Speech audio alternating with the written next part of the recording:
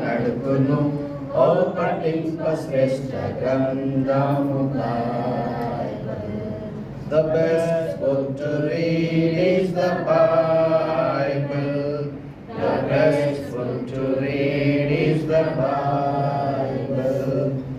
If you read it every day, it will help you all the way. Oh, the best book to read is the Bible. दुनिया में सबसे प्यारे पुस्तक Bible. दुनिया में सबसे प्यारे पुस्तक बाइबल. पढ़े जो उसको रोज पढ़ो, राह में कतरा कोई न हो. ओ दुनिया में सबसे प्यारे पुस्तक Bible. Kindly be seated. There is no book like the Bible on the face of the earth. पवित्र बाइबल जैसा और कोई किताब नहीं है. We have seen in the previous study of the scripture that we can understand the word of God in four ways. हमने पिछले Bible अध्ययन में हमने देखे कि बाइबल पवित्र वचन को चार तरीके से हम समझ सकते हैं. Spoken word, మాట్లాడిన మాటలు. దేవుడు మాట్లాడాడు, దేవుడు పలికాడు. परमेश्वर ने वचन को कहा, वाक्यों को कहा, And the whole creation came into existence. परमेश्वर कहने से पूरा सृष्टि जो है बन गया है. The amazing power of God. अद्भुत परमेश्वर का अद्भुत शक्ति है. No one can explain how amazing is this power of God. तो उसको कोई इस परमेश्वर की अद्भुत शक्ति को कोई वर्णन नहीं कर सकते. So that is point number one. तो सबसे पहला पॉइंट है. And the second one is दूसरा पॉइंट ये है कि God's word uttered by human beings. परमेश्वर का जो वचन को जो मनुष्य लोग ने बोले हैं, कहे हैं. The communication of God's word uttered by human beings like Adam, Eve communicated the word of God on behalf of God towards their children, and the word of God passed on from Enoch, and just examples, Enoch, Noah, Abraham, and then came up to Moses. उसके बाद परमेश्वर के वचनों को हव्वा आदम अपने बच्चों को बताया, पासान किया. वैसे हानोक भी अपना बच्चों को, और नूह भी उनके बच्चों को, अब्राहम भी इसहाक इसहाक को उनको बताया. And then thirdly, the word of God is written in black and white from Moses onwards. तीसरा जो है परमेश्वर का वचन को मूसा के समय से मतलब लिखना शुरुआत किया. And then the fourthly, the word himself became the flesh. और चौथा बात यह है कि स्वयं परमेश्वर ही जो हमारे बीच में देदारी हुआ है. John's Gospel chapter 1 and verse 1. यूहन्ना पहला अध्याय पहला वचन. We have started the first line and then shifted to elsewhere. Now we are getting back to the same text. हमने यूहन्ना पहला अध्याय पहला वचन से आरंभ किया, उसके बाद हम कहीं और वचनों में गए थे. अभी वहीं पर आएंगे. ఆదియందు వాక్యముండెను. आदि में वचन था.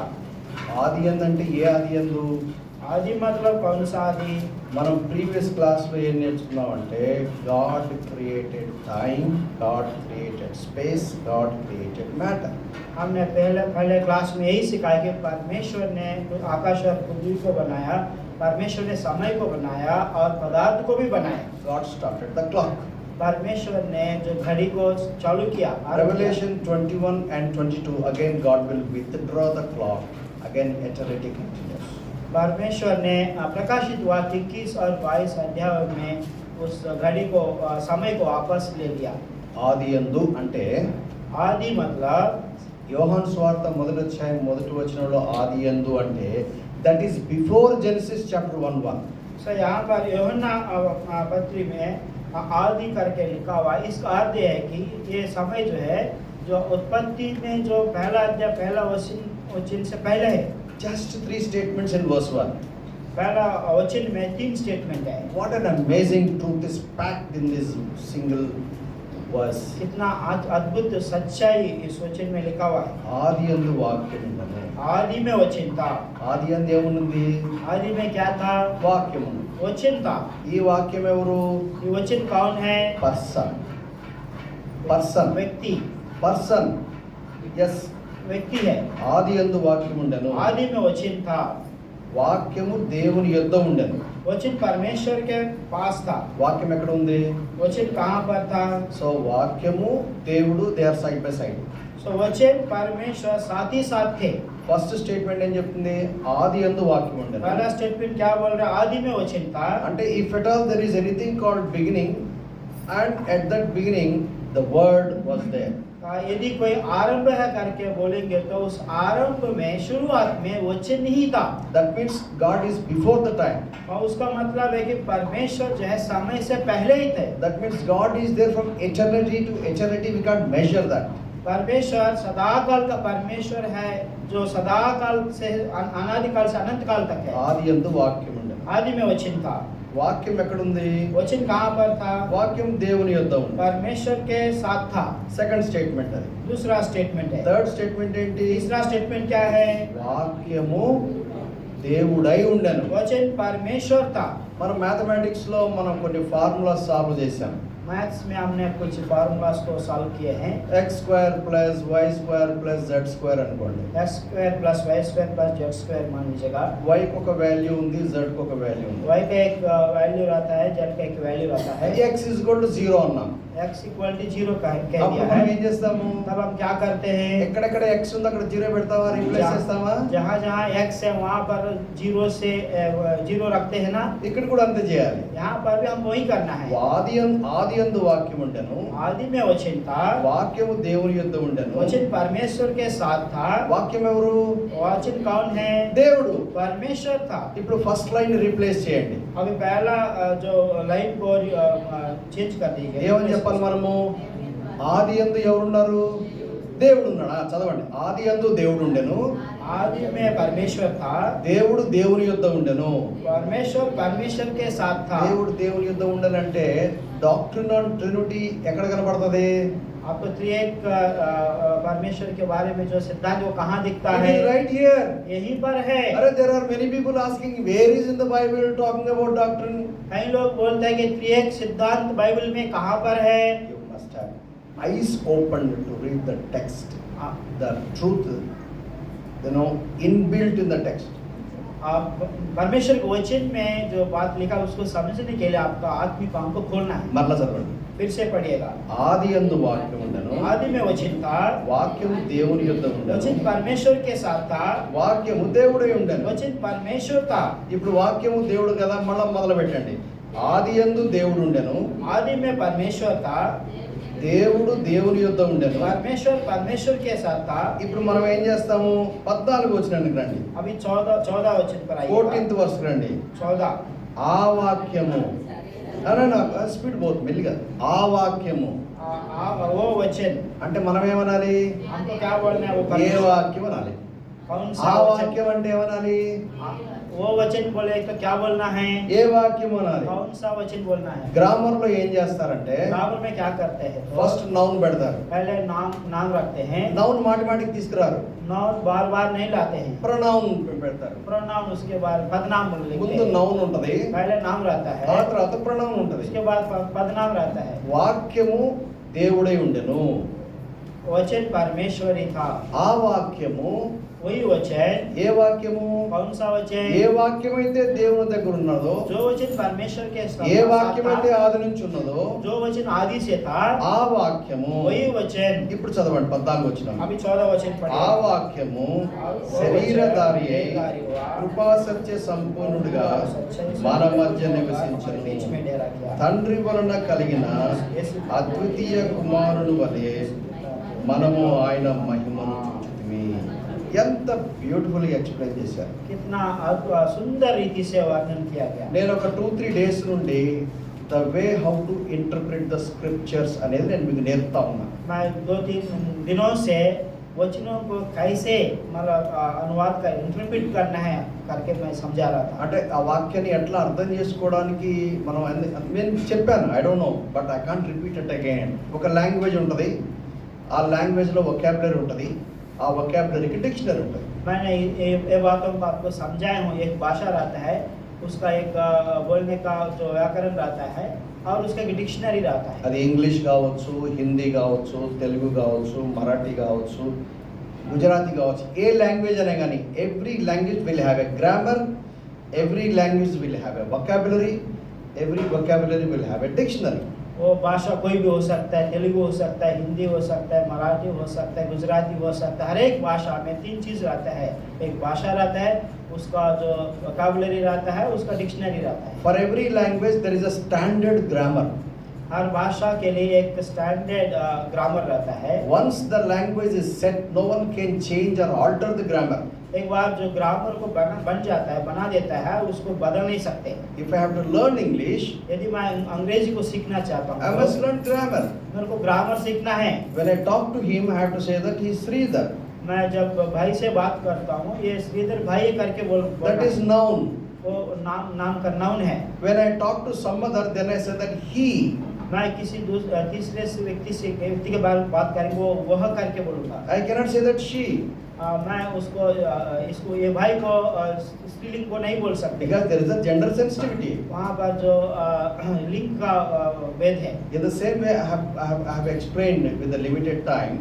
If you want, you can go through the recorded messages and then try to understand. मैं थोड़ी सी समय इसके बारे में आपको समझाया। ये आपको सीखना है तो रिकॉर्डेड मैसेज ఆ వాక్యము, वो वह वचन, ఆ వాక్యము, वह वचन, ఏ వాక్యము? कौन सा वचन? దేవుని యొద్ద ఉన్న जो వాక్యం. परमेश्वर के पास था वो वचन।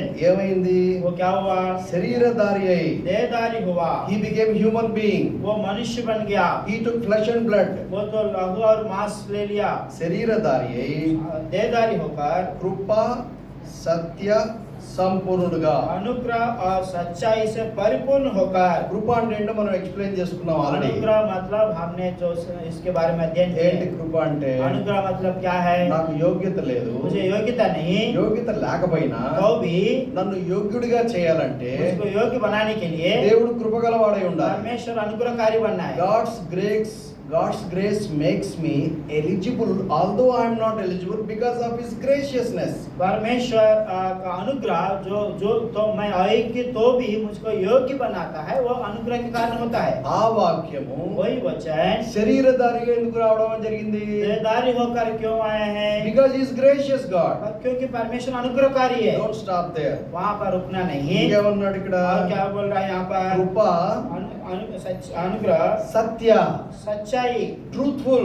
सच्चाई। What truth says? क्या सच्चाई क्या You बोलता are है? a sinner. आप पापी हो, You must pay price. आपको दान देना है। God is holy. परमेश्वर पवित्र है, God is righteous. परमेश्वर धर्मी है, God is a God of justice. परमेश्वर न्यायी परमेश्वर है। That's it, no compromise. नहीं है, कोई काम समझौता नहीं। You are a sinner. आप पापी हो, You have to pay price. आपको दान देना है। That's it. उतना ही है। Maybe whoever may be the person. आप व्यक्ति कोई भी व्यक्ति हो सकता है। That's the truth says. वो सच्चाई वही कहता है। But what the grace of God says, पर अनुग्रह क्या, परमेश्वर का अनुग्रह क्या बोलता है? I want to save him. मैं उनको बचाना चाहता I हूँ, want to forgive his sins. मैं उनके पापों को क्षमा करना I चाहता want हूँ, to restore him. मैं उनको जो रिस्टोर करना चाहता If हूँ। if God has to display the grace, God has to took form. यदि परमेश्वर अपना अनुग्रह को प्रकट करना चाहता है तो देहधारी होकर मानव स्वरूप धारण ఆ कर వాక్యము लिया। वही वचन, దేవుని దగ్గర ఉన్న వాక్యము परमेश्वर के पास जो वचन था, శరీరధారి అయి देहधारी होकर కృపా సత్య సంపూర్ణుడిగా. अनुग्रह और सच्चाई से परिपूर्ण होकर। అంటే కృపలో సంపూర్ణమైన కృప, సత్యములో సంపూర్ణమైన సత్యం. Not half of or bits and pieces. अनुग्रह में परिपूर्ण और सच्चाई में परिपूर्ण होकर टुकड़ा टुकड़ा नहीं మన మధ్యలో నివసించారు. हमारे बीच में डेरा किया। ఎవరు చెప్తున్నారు అన్నమాట? ये बात कौन बोल रहा है? అపోస్తలుడైన యోహాన్ చెప్తున్నాడు. जो प्रेरित यूहन्ना बोल रहा है। అపోస్తలుడైన యోహాన్ is an eyewitness. जो प्रेरित यूहन्ना जो है गवाही है। I don't believe Bible. You can't say that. तो आप ये नहीं बोल सकते कि मैं बाइबल पर विश्वास नहीं करूंगा। It is an historical evidence. ये जो इतिहास का जो सबूत है, It is a personal testimony. ये व्यक्तिगत गवाही है। మన మధ్యలో నివసించను. हमारे बीच में डेरा किया। ఎవరు? कौन? ఆ వాక్యం वह वचन శరీరధారిగా. जो देहधारी In a होकर, physical form. जो भौतिक रूप में। How can God dwell in our midst? परमेश्वर कैसा हमारे मध्य में वास कर सकता है? God is a God of the Spirit. जो आत्मा पवित्र आत्मा परमेश्वर क्या है? ఆత్మస్వరూపైన దేవుడు. जो आत्मा स्वरूप परमेश्वर है, Our naked eye cannot see. हमारे जो आंख नहीं देख सकते हैं। Metaphysical God, non-physical God took form of flesh and blood like you and me. वो जो परमेश्वर भौतिक रूप में नहीं है, वो हमारे लिए देहधारी हुआ है। ఎందుకని? किस लिए? ఆయన కృపా సంపూర్ణుడు, ఆయన సత్య సంపూర్ణుడు. ఆయన वो अनुग्रह से परिपूर्ण है, सच्चाई से परिपूर्ण है। ఈ పాయింట్ మీకు అర్థమైంది అనుకుంటాను. ये पॉइंट आपको समझ में आया? ఇంకేమన్నాడు రెండో భాగం 14th verse. और दूसरे भाग में क्या बोले हैं? తండ్రి వలన కలిగిన అద్వితీయ కుమారుని వలె. हमने उसकी ऐसी महिमा देखी। అక్కడ ఒకటి పెట్టి కింద ఏం రాశారు? జనితైక కుమారుడే అని రాశారు. वहाँ पर लिखा हुआ एकलौता पुत्र करके। అద్వితీయ కుమారుడు. अद्वितीय पुत्र। ద్వితీయ అంటే రెండో వాడు. द्वितीय मतलब दूसरा। అద్వితీయ అంటే రెండో వాడు కానివాడు. अद्वितीय मतलब दूसरा नहीं है, वो व्यक्ति है। అంటే అర్థమైంది కదా? आपको समझ में आया ना? త్రిత్వమైన దేవుడు. हमारा त्रिएक परमेश्वर है। త్రిత్వమైన దేవుడు రెండవ వ్యక్తిగా ఉన్నటువంటి యేసు ఆయన శరీరధారిగా ఆయన వచ్చాడు. तो त्रिएक परमेश्वर जो दूसरा है, वो देहधारी होकर आया है। ఎందుకంటే ఈ వచనం ఎవరి గురించి రాయబడింది? यहाँ पर ये वचन किसके बारे में लिखा हुआ है? యేసుక్రీస్తు గురించి రాయబడింది. यीशु मसीह के बारे में लिखा हुआ ఈ है। అధ్యాయం అంతా చదివితే మనకు అర్థమవుతుంది. ये अध्याय पूरा पढ़ेंगे तो समझ में आएगा। ఈ వచనం ఏం చెప్తుందంటే ये वचन ये बताता है అద్వితీయ కుమారుని వలె अद्वितीय पुत्र के समान కృపా సత్య సంపూర్ణుడైన దేవుడు अनुग्रह और सच्चाई से परिपूर्ण हुआ మన परमेश्वर మధ్యలో हमारे बीच में ఆయన మహిమను ప్రదర్శించాడు. उनकी महिमा को प्रकट किया है। మేము కనుగొన్నాం.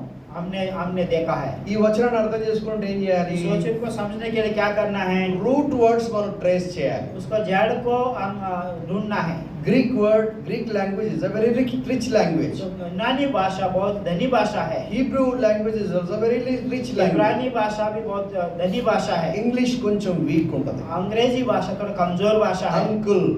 Uncle. What do you mean by uncle? Uncle का मतलब क्या है? He is a father's elder brother or father's younger brother. वो पिता का बड़े भाई भी हो सकता है, छोटा भाई भी हो सकता है।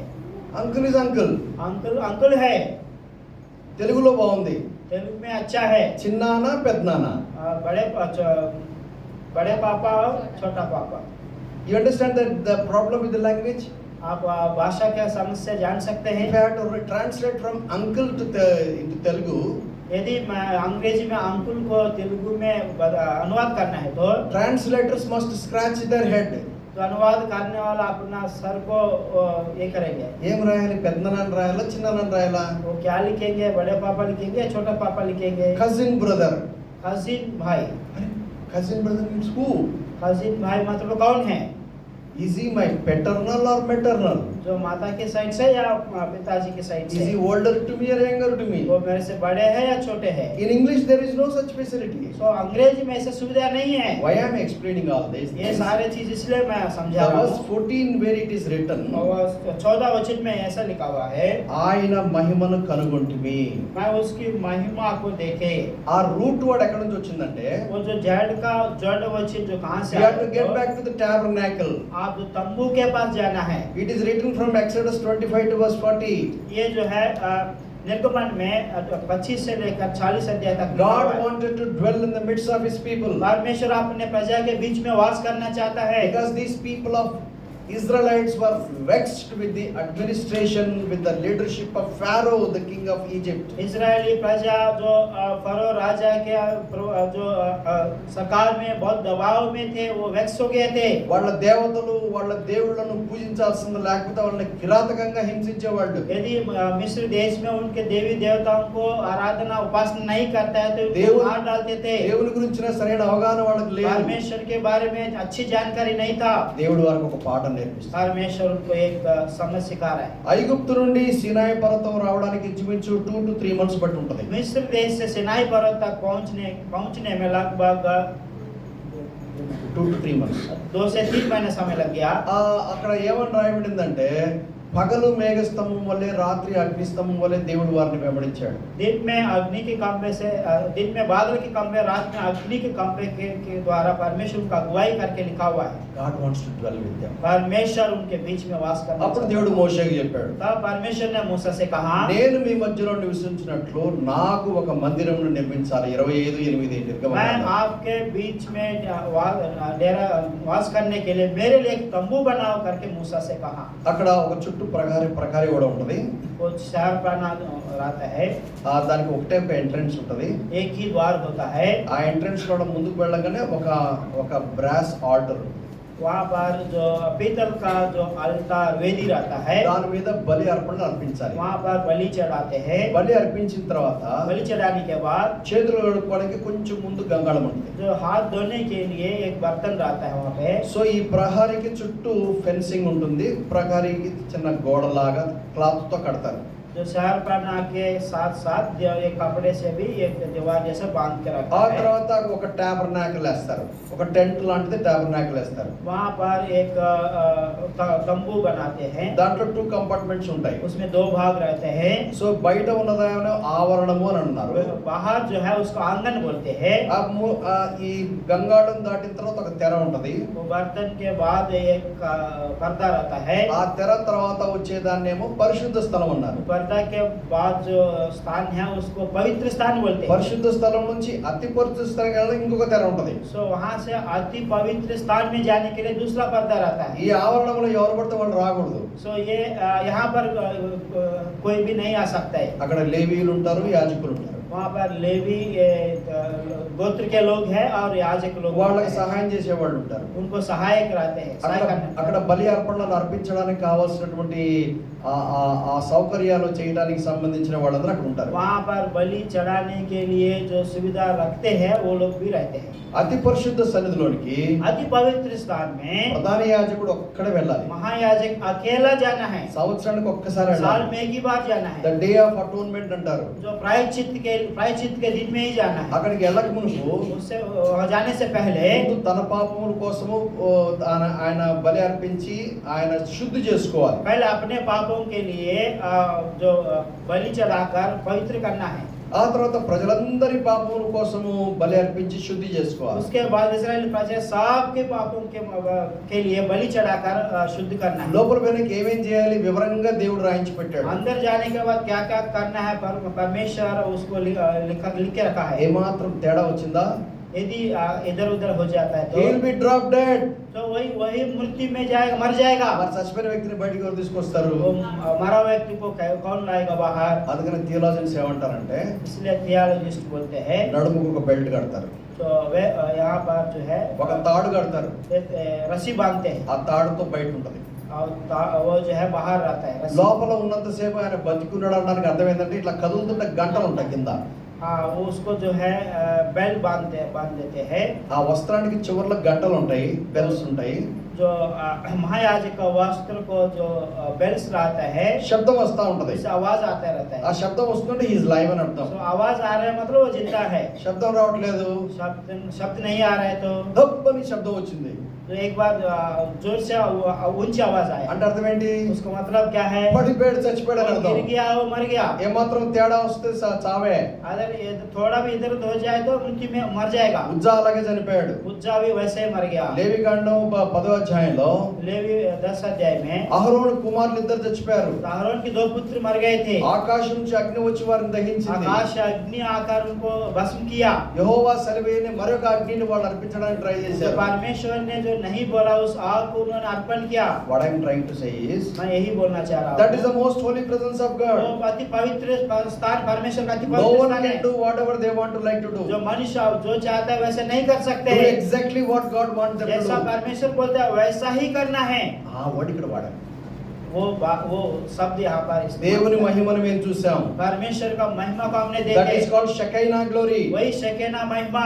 ఇప్పుడు యేసు ప్రభు త్రిత్వంలో రెండవ వాడు శరీరధారిగా మన మధ్యకు వచ్చాడంటే అక్కడ యోహాను రాసిన పదం ఏంటంటే అతి పరిశుద్ధ సన్నిధిలో దేవుని యొక్క మహిమను ఎలాగైతే చూసామో మేము వాక్యమైన దేవుడు శరీరధారిగా వచ్చినప్పుడు ఆ షకేనా గ్లోరీని చూసామని రాస్తున్నాడు. यहाँ पर यूहन्ना लिखा है कि प्रभु यीशु मसीह देदारी होकर हमारे बीच में डेरा किया करके लिखा है। हमने प्रभु यीशु मसीह का महिमा को देखे करके बोलते हैं, वचन का महिमा को देखे। इसका अर्थ है कि उस समय मूसा के समय शेकेना महिमा को जो वहाँ पर देखे हैं, यहाँ पर प्रभु यीशु मसीह में उस वचन में उस शेकेना महिमा को हमने देखा करके लिखता है यूहन्ना। మీకు 4 రకాల వాక్యం గురించి నేను మీకు గుర్తు చేశాను. 4 प्रकार के वचन के बारे में मैंने आपको स्मरण दिलाया। మొదటి వాక్యం అంటే ఏంటి? सबसे पहला वचन क्या है? Spoken word by God.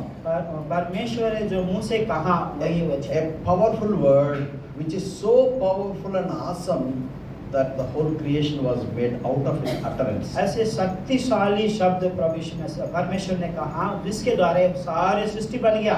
రెండోది ఏం చూసాము? दूसरा क्या देखे? మనుషులు ఎలా బతకాలి? मनुष्य कैसे जीना है? మనుషులు బతకడానికి ఒక స్టాండర్డ్ ఏంటి? मनुष्य जीने के लिए एक स्टैंडर्ड चाहिए। ఏ ట్రూత్ అయితే ఆదామవ్వలు నేర్పించారో వాళ్ళు ఒకరి తర్వాత ఒకరు జనరేషన్ తర్వాత జనరేషన్ అది మోషే వరకు కూడా ఆ ట్రూత్ ఓవరాల్ గా ట్రాన్స్మిట్ అయింది. जो सच परमेश्वर ने मूसा को सिखाया, उसके बाद उनके संतान को उन्होंने पासन किया, वैसे ही पासन करते सच्चाई आया, वही उन लोगों के लिए एक नमूना। అది spoken word of God through human beings. वो परमेश्वर के द्वारा जो है मनुष्यों को बताया गया वचन है। మూడోది ఏంటి? तीसरा क्या है? The written word of God. जो लिखा हुआ वचन, the written word of God.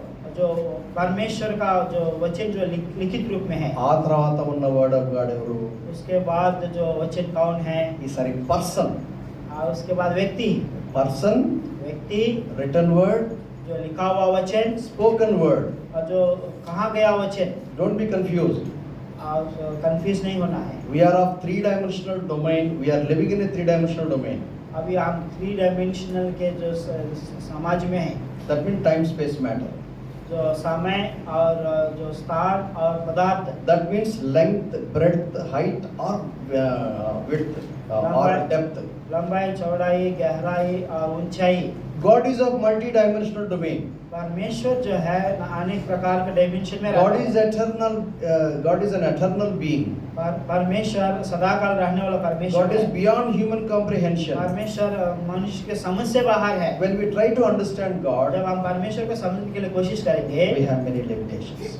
हमको बहुत सारा जो सीमाएं हैं। We cannot understand everything about God. हम परमेश्वर के बारे में सब कुछ नहीं समझ सकते। Whatever God reveals to us, परमेश्वर ने जो चीज हमको प्रकट करता है, whatever God reveals to us through the scripture, परमेश्वर के वचन के द्वारा जो चीज हमको प्रकट करता है, whatever Holy Spirit convicts us through the word of God, परमेश्वर जो वचन के द्वारा हमको कन्विक्ट करता है, that is what we understand.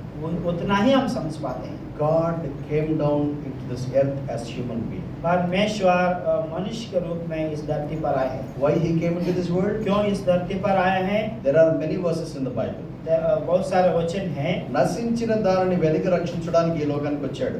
सो नाश होने वालों को बचाने के लिए इस संसार में आया है। అపవాది క్రియలను లయం చేయడానికి వచ్చాడు. शैतान के कामों को नाश करने के लिए आया है। మరణ భయం అనే దాస్యానికి లోబడి ఉన్న వారిని విడిపించడానికి వచ్చాడు. मृत्यु के डर के दासत्व में हुए लोगों को छुड़ाने के लिए आया है। సమృద్ధి అయిన జీవం ఇవ్వడానికి వచ్చాడు. बहुतायत का जीवन देने के लिए आया है। And so on. దేవుని వాక్యంలో చాలా పర్పసెస్ ऐसे ఉన్నాయి. बहुत सारे वचन, बहुत सारे बातें वचन में लिखा हुआ है। ఇవి జరగాలంటే ये सारा होना है तो కల్వరి శిలువలో ఆయన బలి అవ్వాల్సి వచ్చింది. कलवरी क्रूस पर वो बलि होना पड़ा। లోక పాపములు మోసుకొని పోవు దేవుని గొర్రెపిల్ల అని అపోస్తలుడైన యోహాన్ చెప్పాడు. सो यूहन्ना ने कहा कि जगत के पापों को उठा ले जाने वाला मेमना करके बताए। అది నిన్న మొన్న ఈ 3 days దాని గురించి బాగా స్టడీ చేశాం. हमने पिछले 3 दिनों में विस्तृत रूप से हमने अध्ययन किया। మనం అండర్స్టాండ్ చేసుకోవడానికి ట్రై చేశాం.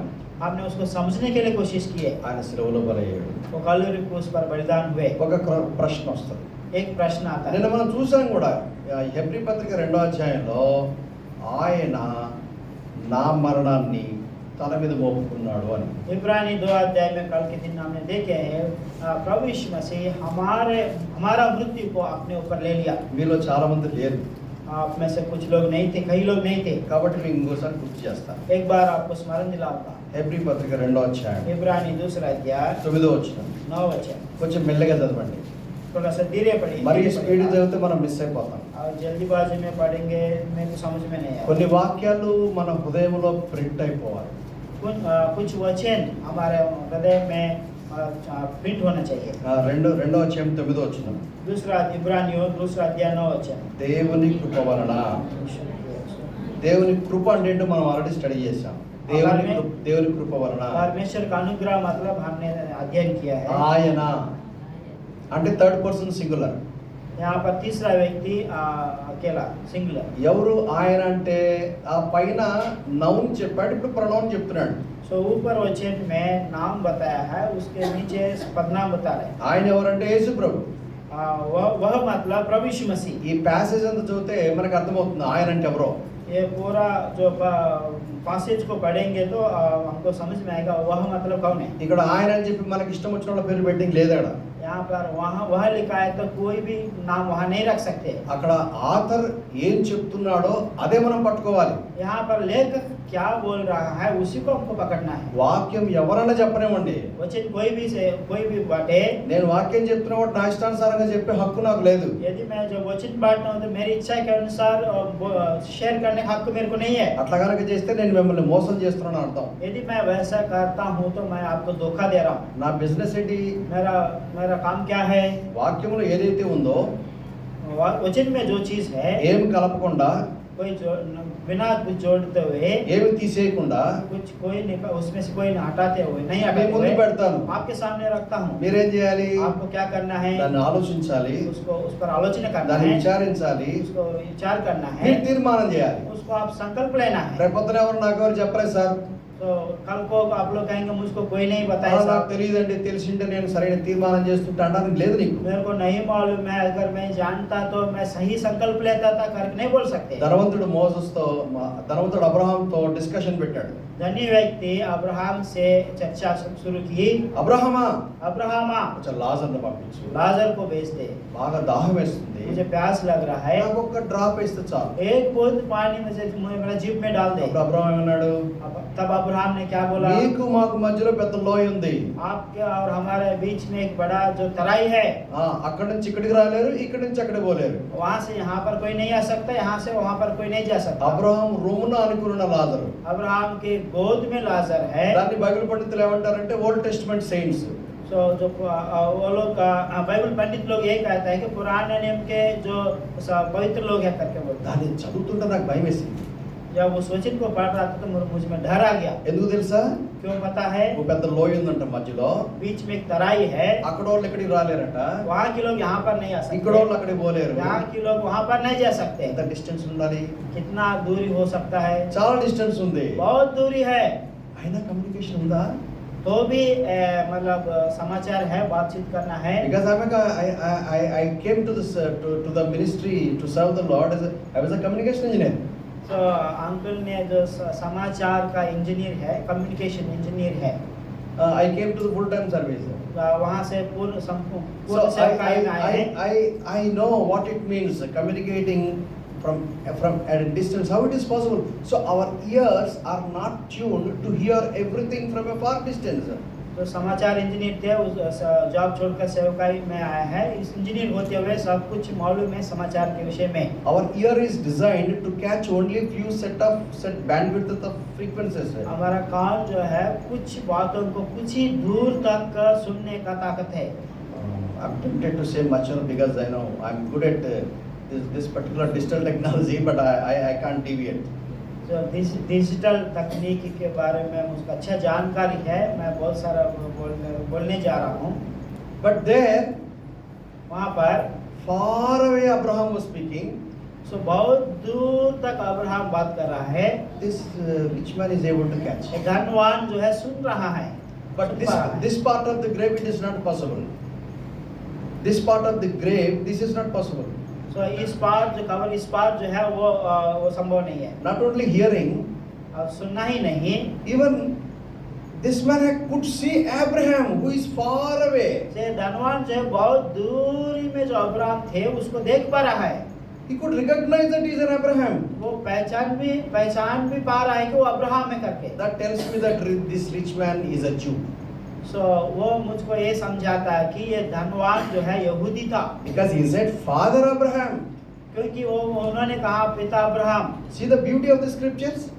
आप वचन का सुंदरता को देखिएगा। You must have understood that, how I missed all these points. आप सोच रहे होंगे इतना सारे बात को मैंने कैसे खो गया। To cut the long story short, इसको संक्षिप्त में बताने के लिए నాకు 5 brothers ఉన్నారు. अंकल को 5 भाई हैं। అంకుల్ గారు ధనవంతుడికి क्षमा कीजिएगा, तो धनवान व्यक्ति उनको 5 भाई थे। వాళ్ళు ఇక్కడికి రాకుండాలంటే वो लोग इस नरक में नहीं आना है तो ఈ లాజర్ని అడిగి పంపించు. लाजर को धरती में भेज, उनके पास भेज दे। నేను కనుక దగ్గర ఉంటే यदि उनके अगर वो धनवान के पास नहीं होता, what a fool you are. कौन सा मूर्ख व्यक्ति तुम। You have been misusing Lazarus so greatly on the face of the. Even now also you wanted to manage that Lazarus. जब आप धरती में थे लाजरस को बहुत इस्तेमाल किया, मिसयूज किया, अभी यहाँ पर भी लाजरस को गलत इस्तेमाल करना चाहते हैं। ఏమని చెప్పిండాల్సింది? क्या बोलना चाहिए था? 5 brothers ఉన్నారు. 5 भाई है। వాళ్ళకి ఎట్లా సువార్త చెప్తే బాగుండు కదా సార్ అంటే బాగుండు. सो उनको किसी ना किसी रीति से सुसमाचार बता दो करके बोलना चाहिए। లాజర్ ఎంత చీప్ అయ్యాడంటే लाजर इतना चीप हो गया है, నువ్వు రిచ్ అయితే అంతే నీ కథ. मतलब आप धनवान है, డబ్బు నీ దగ్గర ఎక్కువ ఉందంటే ప్రజలందరూ చిల్లర కనబడతారు. जिसके पास धन रहता है उनको बाकी प्रजा छोटा छोटा दिखता है। లాజర్ కు యహా भेज दो. लाजर को यहाँ भेज दो करके। అప్పుడు అబ్రహాం ఉండి तब अब्राहम ने बोले, what a suggestion sir जी भेज दूंगा. No, he didn't say that. क्या अच्छा सलाह आप दिए हो, मैं भेज दूंगा करके बोले, लेकिन नहीं भेजे। They have prophets. सो उनको समझाने के लिए नबी लोग हैं, They are teachers. वहाँ पे जो समझाने वाले हैं, He should listen to them. उनको सुनना चाहिए। No, Abraham, he doesn't stay there. He continues to discuss. Abraham, not like that. If a dead person raised again, then they will hear. सो वो धनवान उसी से नहीं रुके, बात ही करते रहा। वो ये बताए कि वैसा नहीं है, यहाँ से मृत्यु में से नरक से स्वर्ग से कोई जाकर मेरे भाइयों को समझाएगा तो वो लोग सुनेंगे करके बोले। This fellow is in a wrong place. सो वो व्यक्ति गलत जगह पर था, He got a missionary idea right in the wrong place. लेकिन एक दर्शन रूपी बात है जो आलोचना आ रहा है। अरे same missionary idea he should have been there on the face of the तो earth. जब वो धरती पर था ऐसे दर्शन आता तो बहुत अच्छा रहता। What I mean to say is, मैं यही कहना चाह रहा हूँ, when God is speaking to you, जब परमेश्वर आपसे बात कर रहा है better listen. आप ध्यान से सुनिएगा। Don't make all nonsensical thoughts. सो जो अनर्थ बात है आपके मन में मत रखिएगा। When God says you have no desire to listen, your job, your busy schedule is more than God, I'm sorry, you will never catch the word. जब परमेश्वर आपसे बातें करता है आपको सुनना है। जो कोई नहीं सुनता है वो उनको परमेश्वर को अच्छे। I'm very sorry to say that God's word is very rich. God's word is very, very valuable word. परमेश्वर का वचन धनी है, बहुमूल्य है। God will not give to everyone just like that. परमेश्वर का वचन सबको ऐसा नहीं दे सकता If है। you don't respect God's word, यदि आप परमेश्वर के वचन का आदर नहीं if you करेंगे, don't honor God's आप word, परमेश्वर के वचन का आदर सम्मान नहीं when करेंगे, God is speaking, how dare you go here and there? जब परमेश्वर आपसे बातें कर रहे हैं आप इधर उधर कैसे जाने के लिए कैसे कितना धैर्य है। వాక్యం ఏం చెప్తుంది తెలుసా? वचन क्या बोलता है पता है? ఎవడు నా సన్నిధిలో గడగడ వణకుచు దీనుడై ఉంటాడో నేను వాణ్ణి దృష్టిస్తాను जो అన్నాడు. कोई मेरे उपस्थिति में थरथराता है, कांपता है, उनको मैं दृष्टि कर रहा हूँ बोलता है। Your life is like this because you never cared the word of God. आपका जीवन ऐसा है इसलिए कि आप परमेश्वर का वचन को कभी परवाह नहीं किया है। You want food? आपको खाना चाहिए, You want all comforts? आपको अच्छा सुविधा चाहिए, You want everything more than God. सो परमेश्वर के अलावा सब कुछ आपको चाहिए। You have thrown God in the dustbin. परमेश्वर को आपने कूड़ा में डाल दिया है। How do you expect blessings? आप कैसे आशीष को आशा रखते How हैं? do you expect get the standards from God himself? परमेश्वर से ऐसे स्टैंडर्ड्स कैसे आशा रखते हो? We saw the glory of God just as we saw the glory of God in the tabernacle. हमने परमेश्वर के वो महिमा देखी जैसा मूसा के समय में तंबू में परमेश्वर का महिमा देखे। He died on the cross of Calvary. प्रभु यीशु मसीह कलवरी क्रूस पर मारा गया। Again our antenna rises. फिर से हमारा एंटेना उठता है, खड़ा You होता say है। that Jesus is God. आप बता रहे हैं कि प्रभु यीशु मसीह परमेश्वर है। People are asking questions like this. जो लोग ऐसे प्रश्न पूछ रहे हैं, If Jesus is God, यदि प्रभु यीशु मसीह परमेश्वर है तो then he die.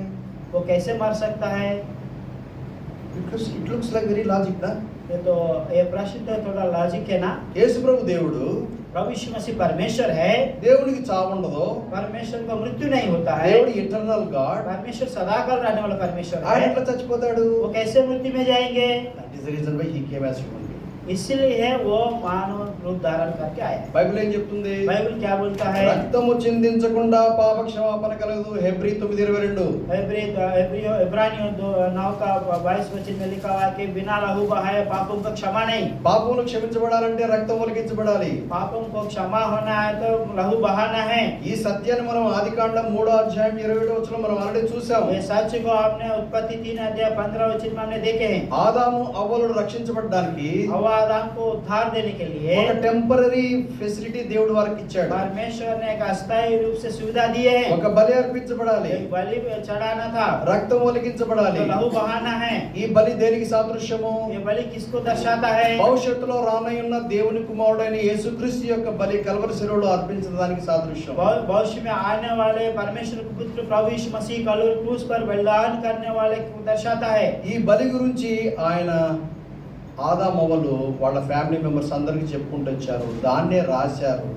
యేసు ప్రభు అది నెరవేర్చడానికి మానవుడిగా వచ్చాడు. इस बलि के रूप में अव्वा आदम ने अपने संतान को बता दिया और वैसे ही बताते आया है। उसके बाद लिखित रूप में आया है। उसको पूरा करने के लिए प्रभु यीशु मसीह स्वयं देहधारी होकर हमारे बीच में आया है। యేసు यीशु క్రీస్తు, क्रिस्ट, యేసు यीशु క్రీస్తు. क्रिस्ट। యేసు అంటే అర్థం ఏంటి? यीशु का अर्थ क्या है? మత్తయి 1:21. मत्ती रचित एक తన ప్రజలను వారి పాపము నుండి ఆయనే రక్షించును గనుక ఆయనకు యేసు అని పేరు పెట్టబడును. अपना लोगों को उनके पापों से छुड़ाएगा, इसलिए उनको यीशु का नामकरण दिया है। రక్షకుడు. उद्धार करता है। యేసు అంటే ఎవరు? यीशु का मतलब क्या है? రక్షకుడు. कौन है? उद्धार करता है। క్రీస్తు అంటే ఎవరు? क्रिस्ट का मतलब कौन है? అభిషక్తుడు.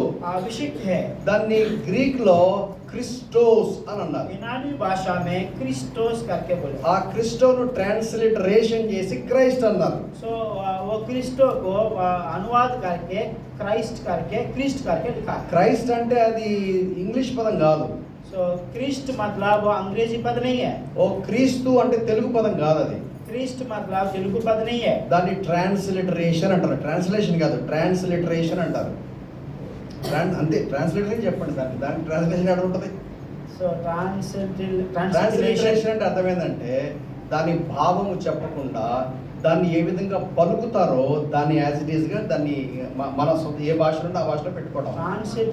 ट्रांसलेटर मतलब ట్రాన్స్లిటరేషన్. ट्रांसलेटरेशन मतलब उसका जो है उसका सारांश नहीं बताता है, उसको ऐसा है वैसा ही बताते हैं। దాన్ని హెబ్రీ భాషలో మెస్సియా అంటారు. इब्रानी भाषा में मेसिया बोलते हैं। మెస్సియా అన్నా ఒకటే, मेसिया का मतलब वही है, క్రిస్టోస్ అన్నా ఒకటే. क्रिस्ट मतलब वही है। క్రిస్టోస్ అంటేనేమో గ్రీక్ లో, क्रिस्टोस मतलब यूनानी भाषा में, మెస్సియా అంటేనేమో హీబ్రూలో. मेसिया मतलब इब्रानी भाषा में। మెస్సియా అన్న అభిషక్తుడే, मसीहा का मतलब अभिषिक्त है, క్రీస్తు అన్న అభిషక్తుడే. क्रिस्ट मतलब अभिषिक्त है। ఇప్పుడు యేసు క్రీస్తు అంటే అర్థం ఏంటి?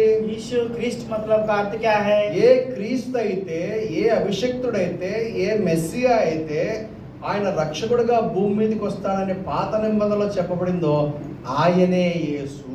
जो मसीह जो अभिषिक्त है, जो उद्धारकर्ता के बारे में पुराना नियम में बताया गया, भविष्यवाणी किया गया, वही यीशु है।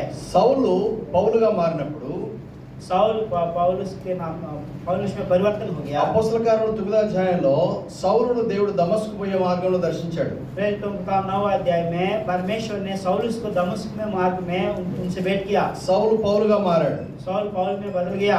ఫస్ట్ ఏమని స్టార్ట్ చేశాడో తెలుసా? सबसे पहले कैसे आरंभ किया पता ఈ है? యేసే ఆ క్రీస్తు అన్నాడు. यही यीशु वो क्रिस्ट है करके बोले। యేసే క్రీస్తు, यही यीशु क्रिस्ट है करके बोले। దేవుని కుమారుడు అనేది టైటిల్.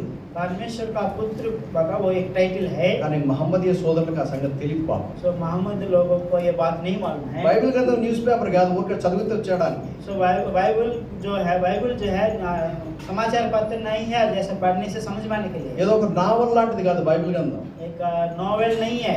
రచయిత మనకు ఎక్స్ప్లెయిన్ చేసే తప్ప మనకు అర్థం కాదు.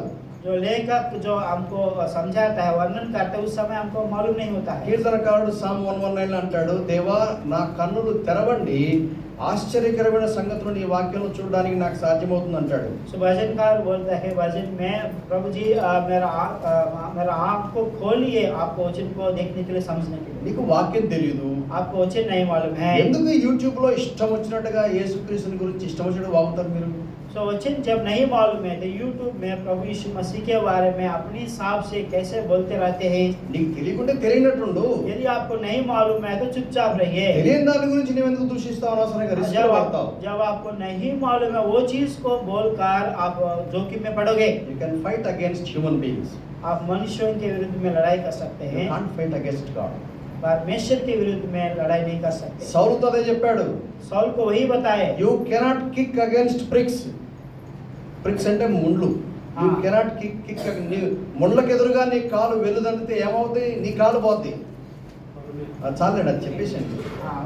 आप जो परमेश्वर के विरुद्ध में लड़ाई नहीं कर सकते करके बोले। ఇక్కడ పాయింట్ ఏం చెప్తున్నానంటే, ये मैं यही पॉइंट बताना चाह रहा हूँ। దేవుడికి మరణం ఉంటుందా? परमेश्वर को मृत्यु होता है क्या? దేవునికి యాక్చువల్గా అయితే ఉండదు. परमेश्वर को एक्चुअली मृत्यु नहीं होता అయితే है। ఇప్పుడు దేవుడు మానవుడికి వచ్చినప్పుడు ఏం జరిగింది? जब परमेश्वर मानव रूप धारण करके आए तो क्या हुआ? ఇది కూడా ప్రీవియస్ స్టడీస్ లో చెప్పాను. इसको भी आपने पिछले बार దేవుడు ఆత్మస్వరూపి దేవుడు. परमेश्वर आत्म स्वरूपी परमेश्वर నాన్ है, ఫిజికల్ గాడ్. जो भौतिक शरीर में नहीं रहने वाला परमेश्वर है। శరీరధారిగా వచ్చాడు. देहधारी होकर हमारे बीच में మానవ है। అవతారంలో రాలేదు. मानव अवतार में नहीं आए हैं। సువార్త చెప్తేప్పుడు నేను కూడా అలా చెప్పేవాడిని. जो समाचार में देता था तब मैं भी वैसे ही बोलता था। దేవుడు మానవ అవతారం అని. परमेश्वर मानव अवतार करके बोला था। అవతారం అంటే టెంపరరీ. अवतार मतलब वो तत्काल है। దేవుడు మానవుడికి వచ్చాడు. परमेश्वर मनुष्य के रूप में आया है। He just became 100% human being. जो 100% मनुष्य के रूप में आए हैं। అవతారం అంటే టెంపరరీ. अवतार मतलब तत्काल है। దేవుడే మానవుడికి వచ్చాడు. जो परमेश्वर मनुष्य के रूप में आया है। కన్యక గర్భంలో జన్మించినప్పుడు 100% హ్యూమన్ బీయింగ్. कन्या के घर में जन्म लिया तो 100% मनुष्य है। అంటే దేవుడు మానవుడిగా రాకమునుపు దేవుడుగానే ఉన్నాడు. परमेश्वर जो मनुष्य के रूप में नहीं आने से पहले परमेश्वर ही थे। God continues to be God. परमेश्वर ही रहता है। He took additional उसके बाद अतिरिक्त मनुष्य रूप धारण किया है। అంటే ఇక్కడ ఏమైందంటే one person with two natures.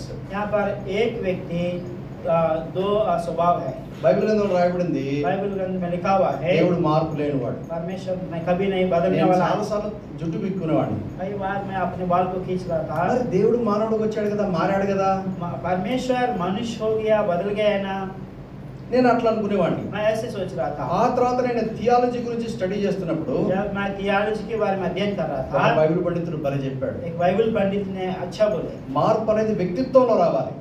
बदलाव जो है स्वभाव में आना चाहिए। దేవుని వ్యక్తిత్వంలో మార్పు లేదు. परमेश्वर के स्वभाव में बदलाव नहीं है। God is perfect God. परमेश्वर सिद्ध परमेश्वर है। He took additional form as a human being. लेकिन परमेश्वर अतिरिक्त रीति से मानव स्वभाव को धारण किया। దాన్ని బైబిల్ పండితులు ఏమంటారంటే హైపోస్టాటిక్ యూనియన్ అంటారు. उसको बाइबल पंडित लोग बोलते हैं हाइपोस्टैटिक यूनियन कहते हैं। వన్ పర్సన్ एक व्यक्ति టూ నేచర్స్. दो स्वभाव है। ఇప్పుడు మనకేంటి, నిన్న మనం స్టడీ చేసాం, कल के दिन हमने अध्ययन किए थे హ్యూమన్ బీయింగ్స్ రక్షించబడిన వాళ్ళు मनुष्य उद्धार पाया हुआ व्यक्ति, వన్ పర్సన్ एक व्यक्ति టూ నేచర్స్. दो स्वभाव रहता है। రెండు టూ నేచర్స్ ఏంటి?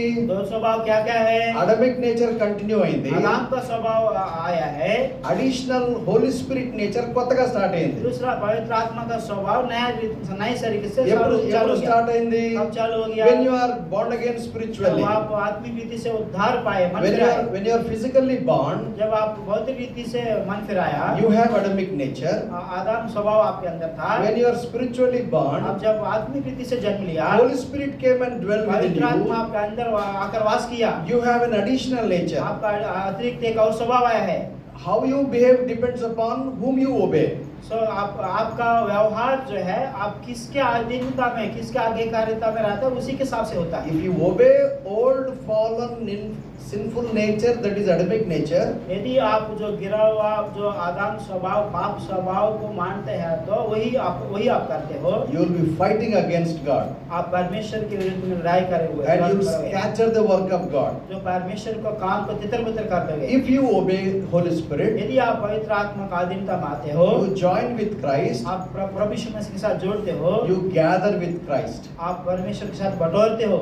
So that's what Matthew's Gospel chapter 12 verse 20 says, we have already seen earlier. वही है जो मत्ती 12 का 20 वचन, इन बातों को हमने पहले देखे थे। We are trying to understand the characteristics of the Lord Jesus हम Christ. परमेश्वर का गुणों को हम समझने के लिए कोशिश कर रहे हैं। Doctrine of Trinity says, जो त्रिएक सिद्धांत बताता है, one God, एक ही परमेश्वर, one and only God, एक ही परमेश्वर है, three persons.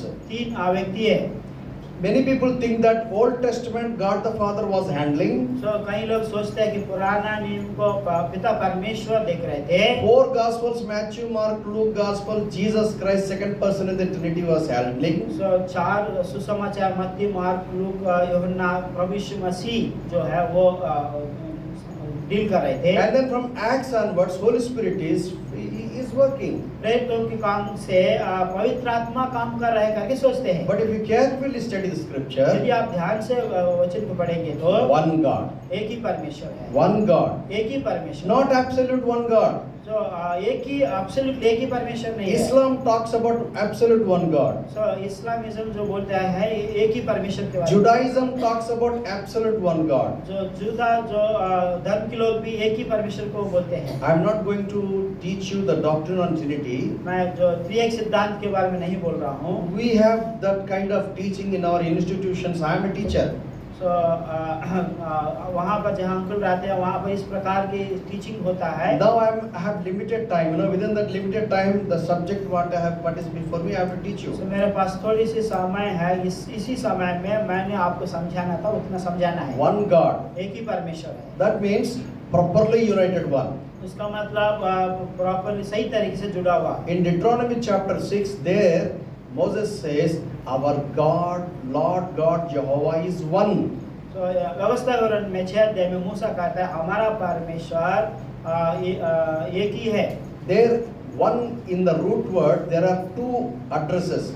वहाँ पर जो मूल वचन जो है वन एक ही करके लिखा है, लेकिन दो व्यक्तियों के बारे में बताता है।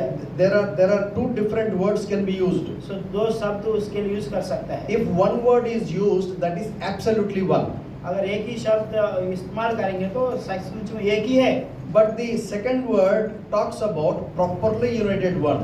सो दूसरा शब्द बोलेंगे तो वो जुड़ा हुआ प्रॉपर तरीके से जुड़ा हुआ That शब्द means है। when you look at God the Father, जब आप पिता परमेश्वर को देखोगे, you will find Jesus Christ. आप प्रभु यीशु मसीह को भी देखोगे, You will find Holy Spirit. पवित्र आत्मा को भी देखोगे। When you look at the Jesus Christ, जब प्रभु यीशु मसीह को देखोगे, you will find God the Father. आप पिता परमेश्वर को भी देखेंगे। You will find God the Holy Spirit. आप पिता पवित्र आत्मा को भी प्रभु यीशु मसीह में देखेंगे। If you look at Holy Spirit, यदि पवित्र आत्मा को you देखेंगे, will find Jesus Christ. प्रभु यीशु मसीह को भी देखोगे, You will find God the Father. जो पिता परमेश्वर को भी देखोगे। You cannot separate them.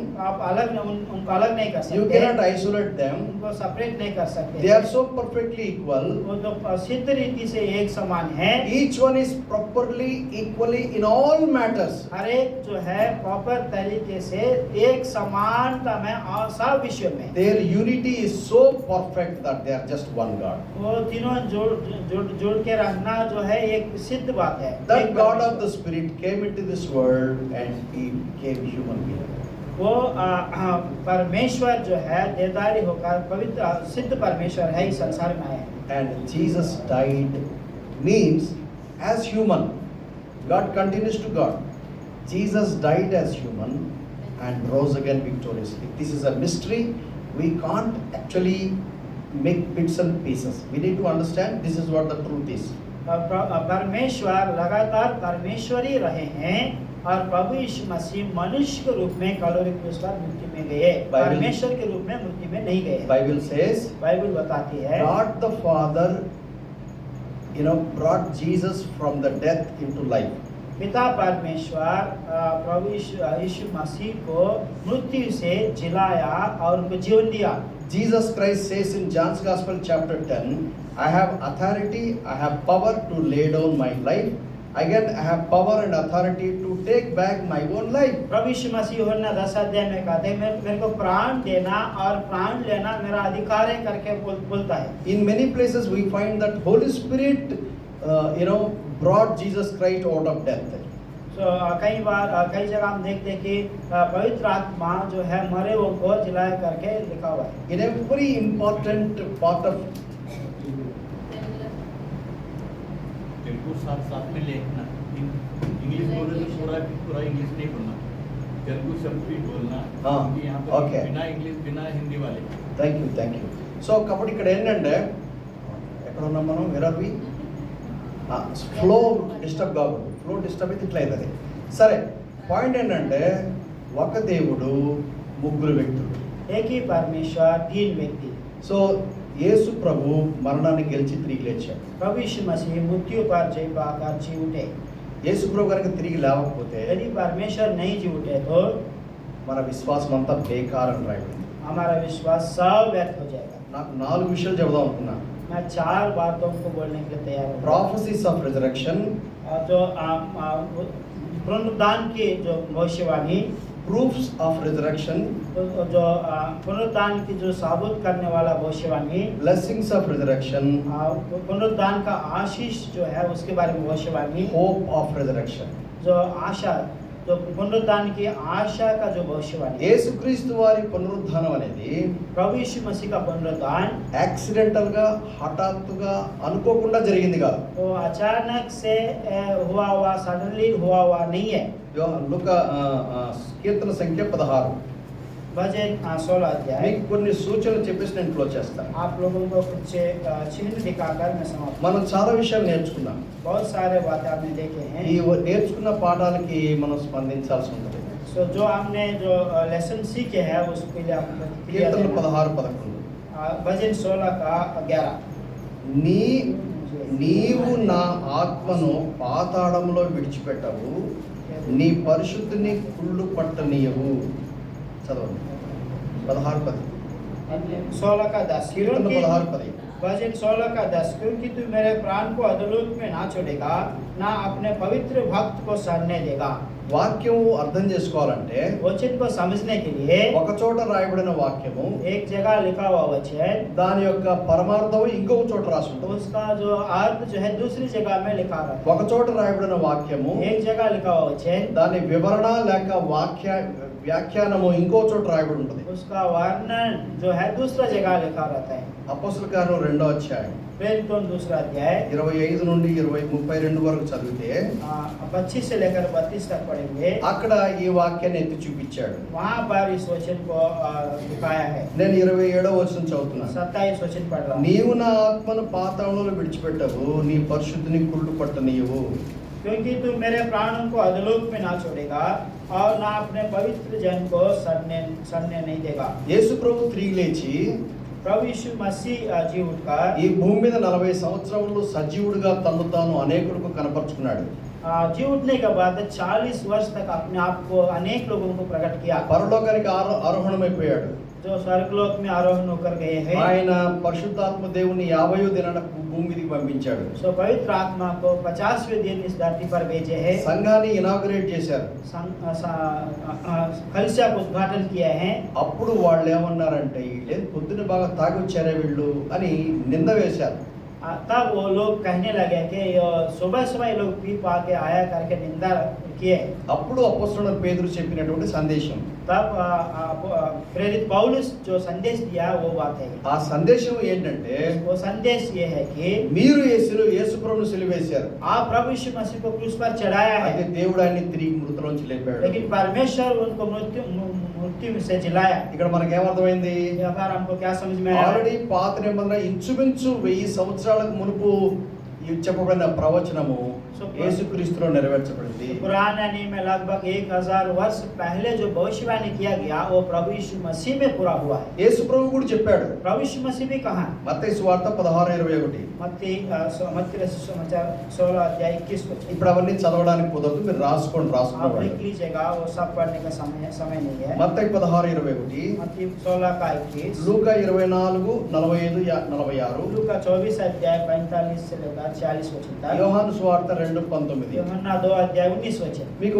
ఒక వచనం చెప్తాను. उसमें से एक वचन मैं बताऊंगा। ఈ దేవాలయాన్ని పడగొట్టండి, इस मंदिर को गिराकर మూడో దినాన నేను తిరిగి లేపుతాను. तीसरे दिन में इसको खड़ा करूंगा। వాళ్ళు अన్నారు 46 సంవత్సరాలు పట్టింది, वो लोग कहने लगे 40 वर्ष भवन को मंदिर को बनाने में దాన్ని लगा। పడగొట్టాలంటే కూడా చాలా టైం పడుతుంది. उसको गिराने के लिए भी काफी समय लगता है। మూడో దినాన నువ్వు ఎట్లా లేపుతావు? तीसरे दिन कैसे आप उसको खड़ा करेंगे? యేసు ప్రభు తిరిగి లేచిన తర్వాత అప్పుడు శిష్యులకి ఈ మాట గుర్తుకొచ్చి, ఇది ఫిజికల్ టెంపుల్ కాదు, స్పిరిచువల్ టెంపుల్ గురించి మాట్లాడుతున్నాడు అర్థమైంది. जब प्रभु यीशु मसीह जी उठने के बाद, पुनरुत्थान होने के बाद चेलों लोगों को यही समझ में आया कि प्रभु यीशु मसीह भौतिक आराधनालय के बारे में नहीं बता रहे हैं, आत्मिक भवन के बारे में बता रहे हैं। యేసుక్రీస్తు వారి పునరుద్ధారణ గురించిన ప్రవచనాలు ఉన్నాయి బైబిల్ గ్రంథంలో. प्रभु यीशु मसीह की पुनरुत्थान के बारे में बहुत सारे भविष्यवाणियां हैं। అలాగే యేసు ప్రభునందు విశ్వాసం ఉంచిన వాళ్ళు కూడా తిరిగి లేస్తారని కూడా ప్రాఫెసీస్ చాలా ఉన్నాయి. सो प्रभु यीशु मसीह में जो सो जाता है, मृत्यु में जाता है, वो जी उठेंगे, पुनरुत्थान होंगे करके भी बहुत सारे भविष्यवाणियां हैं। యెషయా 25:8, यशायाह की किताब 25 अध्याय 8 वचन, యెషయా 26:19, यशायाह 26 अध्याय 19 वचन, దానియేలు గ్రంథం 12:2, दानियल 12 का 2, హెచ్కేల్ 37:1-14, एस्केल 37 1 से लेकर 14 वचन, హోషేయ 13:14. होशिया 13 अध्याय 14 वचन, మొదటి కొరింథీ 15వ అధ్యాయంలో చాలా వివరంగా ఎక్స్ప్లెయిన్ చేశారు. पहला कोरिन्थी 15 अध्याय में बहुत विस्तृत रूप से वर्णन किया। సో ప్రవచనాలు ఇవ్వడం జరిగింది, ఎగ్జాక్ట్లీ నెరవేర్చబడ్డప్పుడు भविष्यवाणियां दिया गया, उसको वैसा ही पूरा हुआ है। యావత్ చరిత్రలో ఎక్కడ కూడా ఇన్ని ప్రవచనాల నెరవేర్పు అనేది మీరు ఎక్కడ కనపడదు. ఒక్క బైబిల్ గ్రంథంలోనే, క్రైస్తవత్వంలోనే ఆ ట్రూత్ అనేది కనపడుతుంది. इस इतिहास में इस धरती में केवल पवित्र बाइबल में ही जितना भविष्यवाणी किया गया वो सारा पूरा होते आ रहा है। ये बात बाइबल में दिखता है और कहीं नहीं दिखता है। రెండవది, दूसरी बात, the proofs of resurrection of Jesus Christ. जो प्रभु यीशु मसीह का पुनरुद्धार का सबूत। మూడో వచనం, అపోస్తల కార్యం మొదటి అధ్యాయము पहला अध्याय 3 वचन, మూడో వచనం, ఆయన శ్రమ పడిన తర్వాత 40 దినముల వరకు వారికి అగ్గుపడుచు దేవుని రాజ్యమును గురించి బోధించుచు అనేక ప్రమాణములను చూపి వారికి తను తాను సజీవునిగా కనపరుచుకున్నాను. उसने दुख उठाने के बाद बहुत से पक्के प्रमाणों से अपने आप को उन्हें जीवित दिखाया। 40 दिन तक वो उन्हें दिखाई देता रहा। 40 దినాలు భూమి మీద ఉన్నాడు. 40 दिन तक प्रभु यीशु मसीह धरती में था। ఇంచుమించు 10 సార్లు తను తాను ఆయన బయలుపరచుకున్నాడు. लगभग 10 बार अपने आप को प्रकट किया। మీకు కావాలంటే ఎగ్జాంపుల్ మీకు చెప్పొచ్చు. मैं आपको एक उदाहरण रूप में बताऊंगा। యోహాను సువార్త 20వ అధ్యాయము 10-18 వరకు, यूहन्ना 20 अध्याय 10 से लेकर 18 वचन तक, మార్కు సువార్త 16వ అధ్యాయం 9-11 వరకు, मरकुस 16 का 9 से 11 तक మొట్టమొదట మగ్దలైన మరియ కనపడ్డాడు. मगदलीन मरिया को प्रभु यीशु मसीह ने दिखाई दिया। ఆ తర్వాత రెండవసారి दूसरी बार మార్కు సువార్త 16:1, मरकुस 16 का 1, లూకా సువార్త 24:10, लूका 24 का 10, మగ్దలైన మరియ, मगदलीन मैरी, యోహన్నా, यूहन्ना, యాకోబు తల్లి అయిన మరియ, याकूब की माता मरियम, సలోమియకు కనపడడం జరిగింది. सलोमी, इन सबको दिखाई दिए। మూడవసారి तीसरी बार మొదటి కొరింథీ 15:5, पहला कोरिन्थी 15 का 5, లూకా సువార్త 24:34, लूका 24 का 34, సీమోను కనపడ్డాడు. सिमोन को दिखाई दिया। లూకా సువార్త 24వ అధ్యాయంలో लूका 24 अध्याय, ఎమ్మాయికి అనే ఒక పల్లెటూరికి నడిచిపోతున్న ఇద్దరికి 4వసారి కనపడ్డాడు. यम्माई गांव जा रहे थे तब 2 लोगों को चौथी बार प्रभु यीशु मसीह ने दिखाई दिया। యోహాను సువార్త 20వ అధ్యాయము यूहन्ना 20 अध्याय 19-25 వరకు 5వసారి 19 से 25 वचन तक 5वीं बार 12 మందిలో తోమ అనే శిష్యుడు లేనప్పుడు, ఆల్రెడీ ఇస్కరియోతు యూదా లేడు అంటే 10 మంది ఉన్నప్పుడు యేసు ప్రభు వాళ్ళకి కనపడ్డాడు. 5వసారి जब थॉमस नहीं था उस समय 10 चेलों को प्रभु यीशु मसीह 5वीं बार दिखाई दिए। ఆరోసారి యోహాను సువార్త 20వ అధ్యాయము 6वीं बार యోహన్నా 20 अध्याय 26 నుంచి 31 వరకు. 26 से लेकर 31 तक। ఇప్పుడు తోమా కూడా ఉన్నాడు అక్కడ. उस समय थोमा भी उनके साथ था। యేసు ప్రభు వారికి దర్శనం ఇచ్చాడు. प्रभु यीशु मसीह उनको दर्शन दे दिया। 7వసారి 7वीं बार యోహాను సువార్త 21వ అధ్యాయంలో తిబెరియ సముద్ర తీరమున తన శిష్యులకు దర్శనం ఇచ్చాడు. యోహన్నా 21 अध्याय में तिब्रियस झील के पास उनको दर्शन दे दिया। 8వసారి 8वीं बार మొదటి కొరింథీ 15:6లో చెప్పబడినట్లు 500 మంది కంటే ఎక్కువ ఉన్న సోదరులకు కనబడ్డాడు. पहला कोरिन्थी 15:6 में 500 से अधिक भाइयों को दिखाई दिए। మొదటి కొరింథీ 15:7లో पहला कोरिन्थी 15 अध्याय 7 वचन में 9వసారి యాకోబు కనబడ్డాడు. 9वीं बार याकूब को दिखाई दिया। చివరిగా 10వసారి आखिरी 10वीं बार అపోస్తల కార్యములు మొదటి అధ్యాయము तो पहला अध्याय మనం కనుక చూసినట్లయితే 3వ వచనం నుండి 12వ వచనం వరకు చదివితే యేసు ప్రభు ఆరోహణం అవుతూ 10వసారి కనపడినట్టుగా బైబిల్ పండితులు చెప్తారు. तो पहला अध्याय 3रा वचन से 10 वचन तक हम पढ़ेंगे तो 10वीं बार प्रभु यीशु मसीह स्वर्गारोहण होते हुए उनको दिखाई दिया। యేసు ప్రభు తిరిగి లేచాడు అని మీరెట్లా చెప్తారు అని ప్రశ్నించే వాళ్ళు చాలా మంది ఉన్నారు. प्रभु यीशु मसीह जी उठे पुनरुत्थान हुए करके आप कैसे बोल सकते हो करके कुछ लोग प्रश्न पूछते हैं। देयर आर प्रूफ्स, वहाँ पर कहीं साबुत है। There are personal witnesses. So व्यक्तिगत गवाहियाँ भी है। నువ్వు నమ్మలేమంటే మేమేం చేయలేము. यदि आप विश्वास नहीं करूंगा बोलेंगे तो कुछ नहीं कर सकते। సో మూడోదిగా तीसरी बात ద బ్లెస్సింగ్స్ ఆఫ్ రిజరెక్షన్. जो पुनरुत्थान का आशीष है, దీని గురించి నేను కొంచెం ఎక్స్ప్లెయిన్ చేస్తాను. इसके बारे में मैं संक्षिप्त में और बताऊंगा।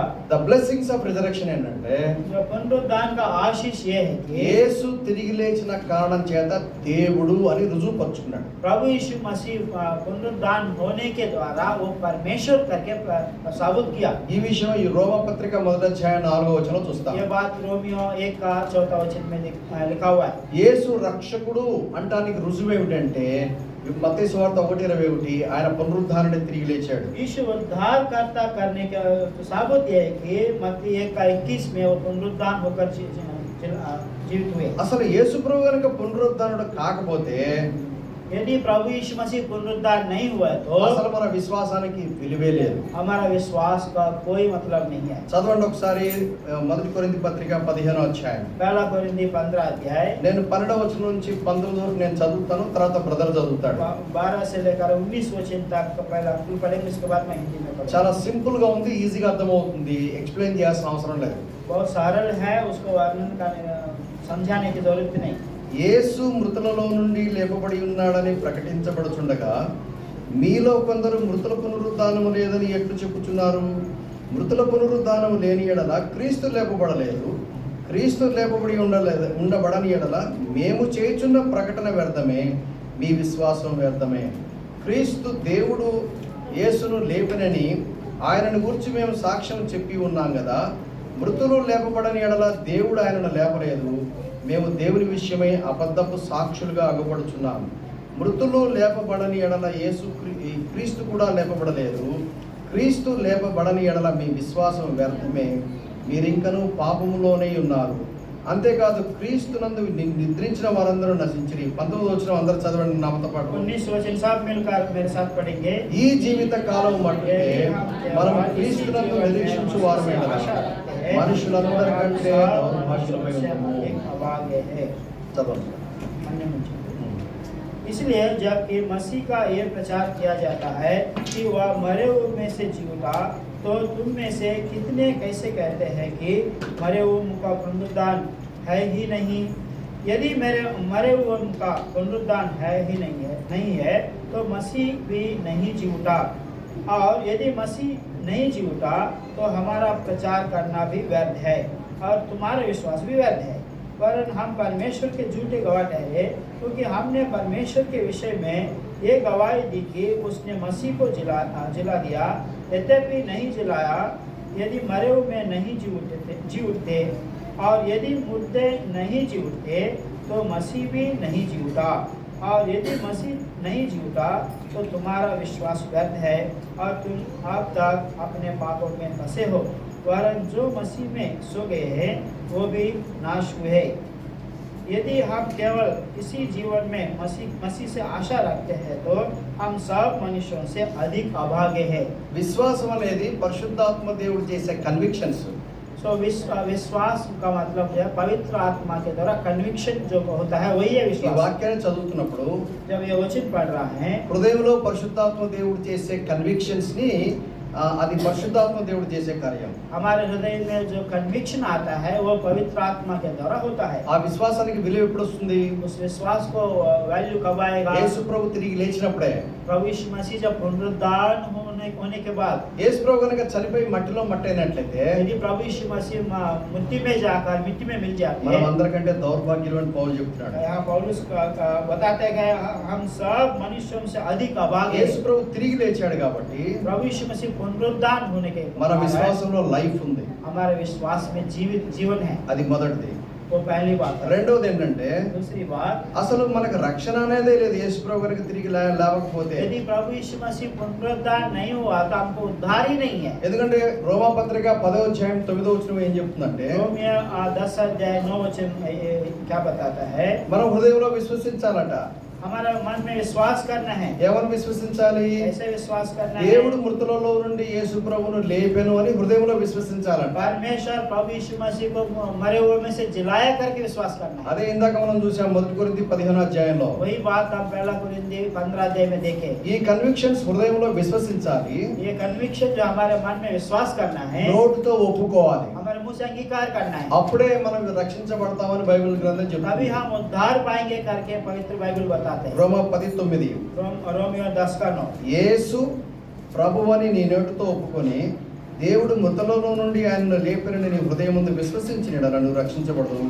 कि यदि तो अपने मुंह से यीशु को प्रभु जानकर अंगीकार करे और अपने मन से विश्वास करे कि परमेश्वर ने उसे मरे हुए में से जलाया तो तू निश्चय उद्धार पाएगा। సో యేసు ప్రభు తిరిగి లేచిన కారణం చేత మన విశ్వాసానికి జీవం వచ్చింది, మీనింగ్ వచ్చింది. प्रभु यीशु मसीह पुनरुद्धार होने के कारण हमारे अंदर विश्वास आया है, हमारे अंदर एक जीवन आया है। యేసు ప్రభు తిరిగి లేచిన కారణం చేత నాకు రక్షణ దొరికింది. प्रभु यीशु मसीह पुनरुद्धार होने के कारण मुझको उद्धार मिला है। మూడవది యేసు ప్రభు తిరిగి లేచిన కారణం చేత నేను నీతిగా ఎంచబడ్డాను. तीसरा, प्रभु यीशु मसीह पुनरुद्धार होने के कारण मैं धर्मी बन गया। 4:25 రోమా పత్రిక. रोमियो 4 का 25 वचन। ఆయన అంటే యేసు ప్రభు మన అపరాధముల నిమిత్తము అప్పగింపబడి మనము నీతిమంతులముగా తీర్చబడుటకై లేపబడెను. 4 का 25 में लिखा हुआ है, वह हमारे अपराधों के लिए पकड़वाया गया और हमारे धर्मी ठहरने के लिए जिलाया भी गया। సో మనం ఏం నేర్చుకున్నాం? యేసు ప్రభు పునరుద్ధారణ వల్ల కలిగిన బ్లెస్సింగ్స్. हमने क्या सीखे हैं? प्रभु यीशु मसीह पुनरुद्धार होने के द्वारा क्या आशीष मिले हैं? దేవుడని రుజువు చేసుకున్నాడు నంబర్ 1. वो परमेश्वर करके साबित किया पहला। ఆయన రక్షకుడని రుజువు చేసుకున్నాడు నంబర్ 2. वो उद्धारकर्ता करके साबित किया वो दूसरा। మన విశ్వాసానికి మీనింగ్, పర్పస్, లైఫ్ అనేది వచ్చింది. हमारा विश्वास को अर्थ और उसको जीवन मिला है, वो तीसरा है। నాలుగోది మనకు రక్షణ కలిగింది. चौथा, प्रभु यीशु मसीह पुनरुद्धार के द्वारा हमको उद्धार मिला है। ఐదోది నేను నీతిమంతుడుగా తీర్చబడే అవకాశము, ఆ కృప నాకు దొరికింది. पांचवी जो है मैं धर्मी ठहराने के लिए अनुग्रह मुझको मिला है। నిన్న సాయంత్రం మనం నేర్చుకున్నాం ఏంటి నీతిమంతులుగా తీర్చబడ్డం అంటే. कल के शाम के समय हमने सीखा धार्मिकता मतलब क्या है। మీలో చాలా మంది రాలేదు కాబట్టి ఒకసారి గుర్తు చేస్తారు. धर्मी ठहराने का मतलब क्या है? आप में से कई लोग नहीं है, इसलिए ఏంటి स्मरण दिलाता हूं। నీతిమంతుడుగా చేయబడ్డం అంటే అర్థం ఏంటి? धर्मी ठहरने का अर्थ क्या है? దేవుని సన్నిధిలోనికి యాక్సెస్ దొరికింది. प्रभु यीशु मसीह के उपस्थिति में प्रवेश करने के लिए దేవుని अधिकार సన్నిధిలో मिला है। ఎంట్రీ దొరికింది. प्रभु यीशु मसीह के पास प्रवेश करने के लिए దేవునితో अवसर కనెక్షన్ मिला है। ఎస్టాబ్లిష్ అయింది. परमेश्वर के साथ जोड़ने के लिए वो अवसर मिला है। దేవునితో రైట్ అవ్వడానికి అవకాశం కలిగింది. परमेश्वर के साथ सही संबंध रखने के लिए अवसर मिला అదే है। రైట్ అంటే righteousness, right with God. Right with God, परमेश्वर के साथ सही संबंध करके। యేసు ప్రభు తిరిగి లేవకపోతే यदि प्रभु यीशु मसीह पुनरुद्धार नहीं हुआ నేను तो నీతిగా ఎంచబడే అవకాశం లేదు. मैं धर्मी ठहरने के लिए बात ही नहीं है। ఆ తర్వాత उसके बाद యేసు ప్రభు తిరిగి లేచిన కారణం చేత प्रभु यीशु मसीह पुनरुद्धार होने के నేను कारण పరిశుద్ధపరచబడుతూ ఉన్నాను. मैं पवित्र होते रहा।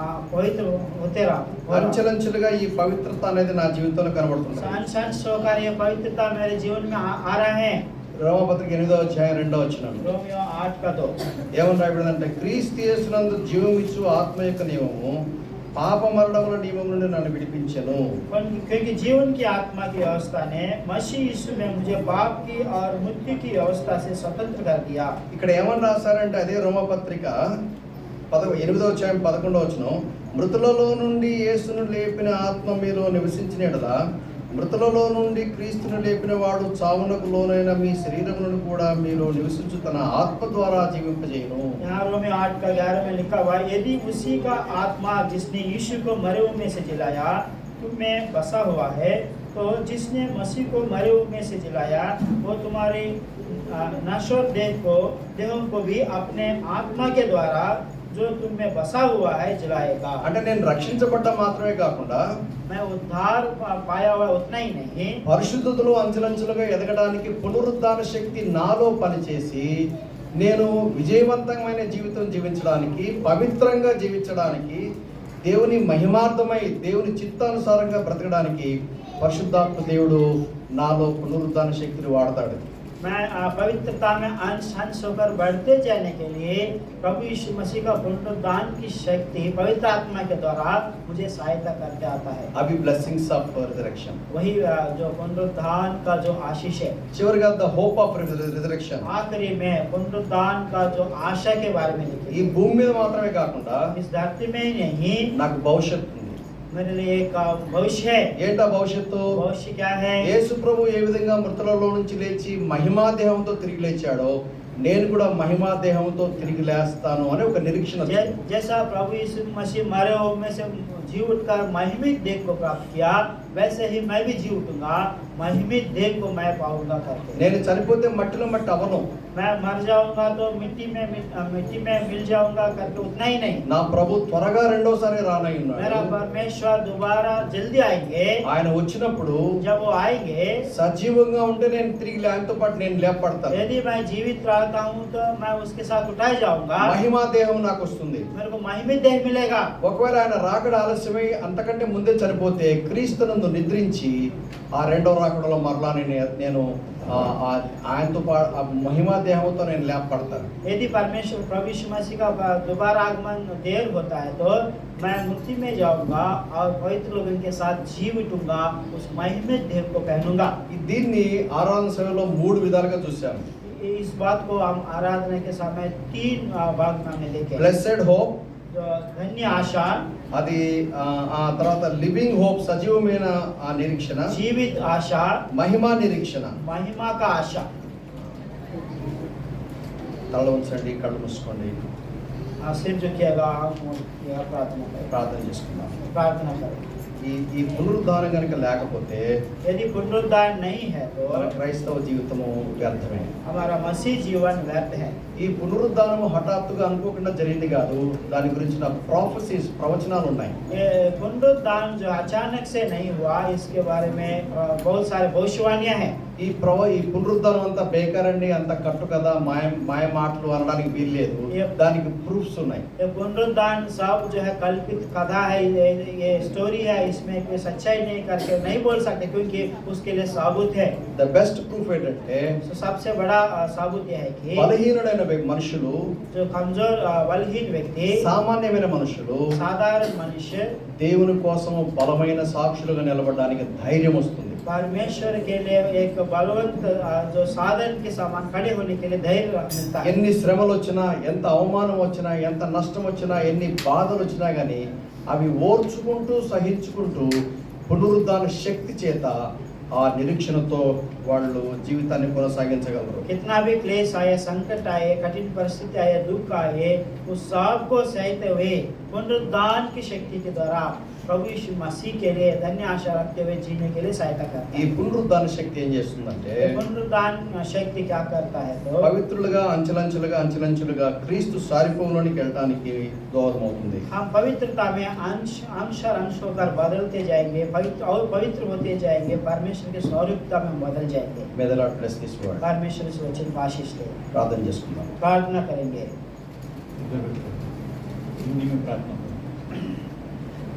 प्रेमी अनुग्रहकारी सच्चे जीवते परमेश्वर, धन्यवाद देते प्रभु जी आज के दिन पुनरुद्धान की शक्ति के बारे में प्रभु जी आपने बहुत से विषयों के द्वारा प्रभु जी हमें समझाया। प्रभु जी पुनरुद्धान सच है, पुनरुद्धान के बारे में भविष्यवाणियाँ हैं प्रभु जी। पुराने नियम में नबी लोग जो भविष्यवाणी किया है प्रभु जी, वही प्रभु यीशु मसीह में जाकर पूरा हुआ प्रभु जी। हमारे लिए आप देदारी होकर इस संसार में हमारे लिए कलवरी क्रूस पर प्राण बलिदान किया प्रभु जी। आपके पुनरुद्धान की शक्ति के द्वारा हम जीवन हुए प्रभु जी। धन्यवाद देते प्रभु जी। आप हम सब को प्रभु एक धन्य आशा प्रभु जी आपने दी है प्रभु जी, जीवित आशा दी है प्रभु जी, और एक प्रभु जी तो महिमित आशा हमारे लिए दी है प्रभु जी। वो आशा ये है कि प्रभु यीशु मसीह दोबारा आएंगे, प्रभु यीशु मसीह मुझको जिलाएंगे, प्रभु यीशु मसीह मुझको महिमित दे देंगे, प्रभु यीशु मसीह जहाँ रहेंगे वहाँ पर मुझको लेकर जाएंगे। सदा काल तक मैं प्रभु यीशु मसीह के साथ उस महिमित राज्य में आनंदित रहूँगा प्रभु जी। धन्य आशा आपने दी है प्रभु जी। हमको मृत्यु से, दंड से, श्राप से बचाया, अनंत जीवन का दान दिया, उस महिमित राज्य में सदा काल के लिए हमको चुन लिया प्रभु जी। इसलिए हम तहे दिल से धन्यवाद देते हैं। बहुत से बातों के द्वारा प्रभु जी दास ने आपके पवित्र आत्मा से अभिषेक करके समझाया, उन बातों को अध्ययन करके प्रभु जी पुनरुद्धान की शक्ति को जानकर प्रभु यीशु मसीह में पवित्रता में अंश अंश होकर बदलते जाने में हमें सहायता करे। प्रभु यीशु मसीह के स्वरूपता में बदल जाने का हमें सहायता करे। धन्यवाद देते हुए यहाँ पर उपस्थित हर एक के लिए दया आशीष दयानुग्रह चाहते हैं प्रभु जी। सूर्यवंशी ब्रदर और परिवार के लिए आशीष चाहते हैं। वर्क कुमार अंकुल के लिए भी प्रभु जी बहुत एक आशीष प्रतिफल चाहते हुए प्रार्थना विनती आगे के समय में बच्चे का प्रोग्राम उसमें भी आशीष चाहते हुए दयानुग्रह चाहते हुए प्रार्थना विनती उद्धार करता है प्रभु यीशु मसीह के नाम से मांगते हैं, सुना और ग्रहण कीजिए। आमीन। पहला करंथी 11